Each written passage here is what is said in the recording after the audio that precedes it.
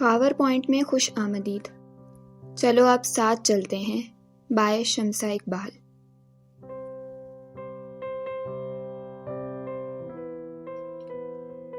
किस्त नंबर 12। दर्द का एहसास दूर कहीं जा सोया था। एक नया एहसास दिल में जागा था जिससे वो अनजान थी। वो बस धड़कनों के शोर पर हैरान थी। हादी ने एक हाथ से उसका हाथ पकड़े होंठों से दबाया था, दूसरे हाथ से कैबिनेट खोला, सनी प्लास्ट निकाला और उसका हाथ सामने करते हुए उस पर लगाया। माही के सुर्ख होते चेहरे पर नजर पड़ी तो उसे अपनी गलती का एहसास हुआ। राज सही कहता है, मैं लड़कियों के मामले में बहुत अनाड़ी हूँ। उसने खूब से सोचा। आई एम सॉरी, मुझे कुछ समझ नहीं आया कि मुझे क्या करना चाहिए, इसलिए बहता खून देखकर मैंने ऐसा कर दिया। वो नदामत से कह रहा था। वो अपनी इस बेख्तियारी पर शर्मिंदा था। माहिन सर झुकाए आंसू पोंछती रही। वो हादी की इस हरकत से ज्यादा धड़कन के बेरब्त होने पर खौफजदा हो गई थी। अब भी दर्द हो रहा है क्या? हादी ने कोई जवाब ना पाकर सवाल किया। उसने नफी में सर हिलाया। वाकई वो इस दर्द को भूल चुकी थी। सूप डालने के लिए उसने हाथ आगे बढ़ाया तो हादी ने आगे बढ़कर उसे ये करने से रोका और खुद ही सूप डालने लगा। राशिदा बेगम को सूप देने के बाद उन्हें लिटाकर माहिन बाहर आ गई।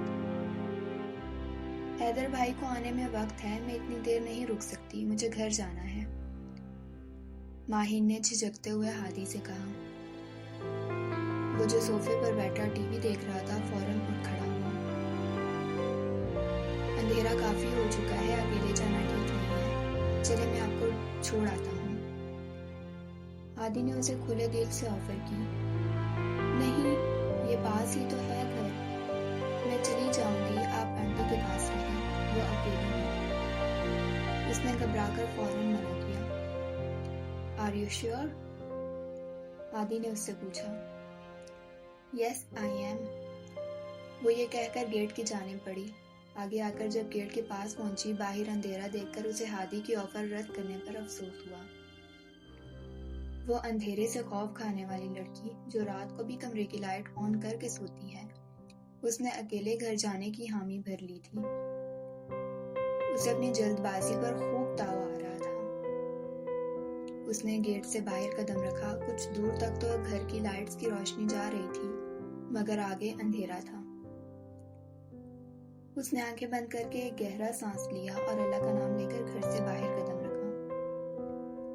दिल के साथ टांगे भी कांप रही थी। रोशनी से हटकर जरा अंधेरे तक पहुंची तो अब वो बाकायदा कांप रही थी। अंधेरे में एक कदम आगे बढ़ा, 2 कदम, 3 कदम, चौथा कदम उसे लगा जमीन के बजाय किसी और चीज पर रखा हो। साथ ही फिजा में बिल्ली की आवाज गूंजी थी और उसके साथ ही माहिन की चीखें भी। वो बिना इधर उधर देखे सरपट वापस भागी थी। हादी गेट की तरफ बढ़ ही रहा था जब उसने माहिन की आवाज सुनी। वो गेट से बाहर निकला ही ताकि माहिन सीधा उससे आ टकराई थी। उसकी आंखों में आंसू के साथ खौफ हलकोरे ले रहा था।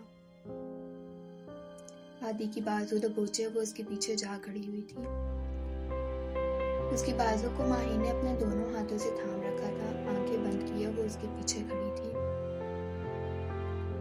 यूं जैसे कड़ी धूप में कहीं साया मिल जाए, जैसे बरसती बारिश में कोई पनाहगाह मिल जाए, यूं जैसे गैरों की भीड़ में कोई अपना मिल जाए, जैसे कोई सहारा मिल जाए। हादी बिल्कुल थम सा गया था। कुछ देर पहले बेख्तियारी में एक ऐसी हरकत वो कर गया था और अब ऐसे ही माहिन ने भी किया था। माहिन उसके पीछे खड़ी थी और वो उसके लिए एक दीवार बना सामने खड़ा था। उसने गली में इधर उधर देखा, वहां कोई ना था। फिर माहिन का अपने बाजू पर रखा हाथ पकड़ा और उसे सामने खड़ा किया। उसने दूसरे हाथ से अब तक उसकी बाजू को थाम रखा था, यूं जैसे दूर चले जाने का डर हो। क्या हुआ माही? अब इतना डर क्यों गई थी? क्या हुआ था? आदि उसे सामना खड़ा किया पूछ रहा था। माही ने आंखें खोली। आंसू बाढ़ तोड़कर चेहरे पर बह निकले। आदि की धड़कन थमी थी। वो इसकी लंबी पलकों की थरथराहट में खो गया था।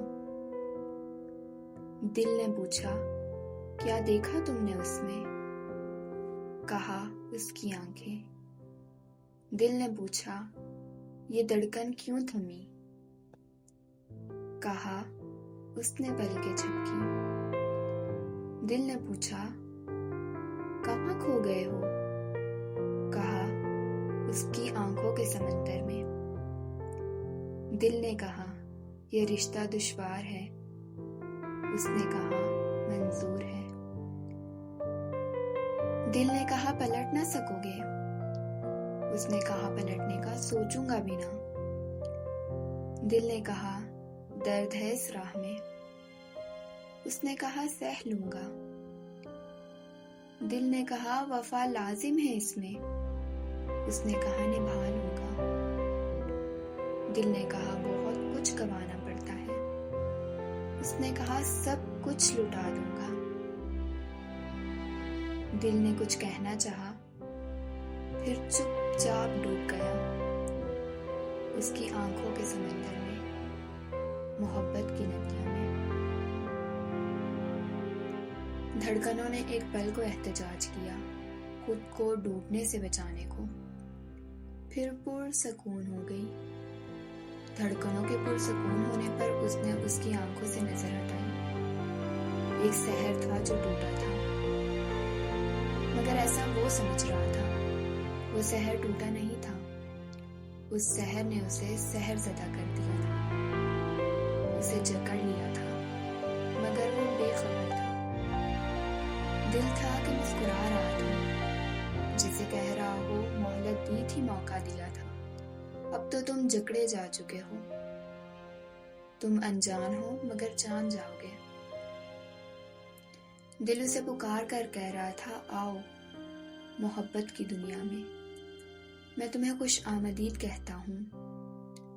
इम्तिहान की दुनिया में तुम्हारा इस्तकबाल करता हूँ। वतन की मोहब्बत को दिल में बसा कर रखने वाले, अब तुम्हारे दिल में एक और मोहब्बत बस चुकी है। उसे भी संभाल कर रखना। तुम्हारा दिल अब तुम्हारा नहीं रहा। उसे एक साहिरा ने शहरज़दा कर लिया है। उसकी आंखों ने मोहब्बत का फरिश्ता दूर खड़ा मुस्कुराते हुए यह मंजर देख रहा था। आदि इस सब से अनजान बस माहिन को देखे जा रहा था। वो बिल्ली के ऊपर पांव अंधेरे में। आदि के कानों में ये अल्फाज पड़े तो वो सोचों के भंवर से बाहर निकला। जब सूरत हाल उसकी समझ में आए तो उसका कहकहा बेसाख्ता था। एक बिल्ली से डरकर आप भाग आईं? आदि हंसी से दोहरा हो रहा था। माहिन ने खुफकी से उसे देखा। उड़ा ले मेरा मजाक। आपके साथ कभी ऐसा हो फिर एहसास होगा। मैं जा रही हूँ।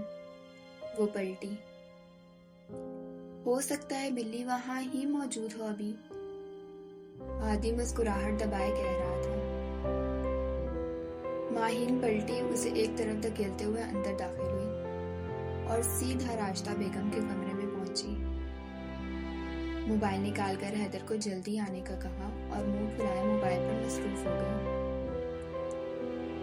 आदि बाहर सोफे पर बैठा मुसलसल हंस रहा था, इस बात से बेखबर कि मोहब्बत उसके दिल की सल्तनत में कदम रख चुकी है।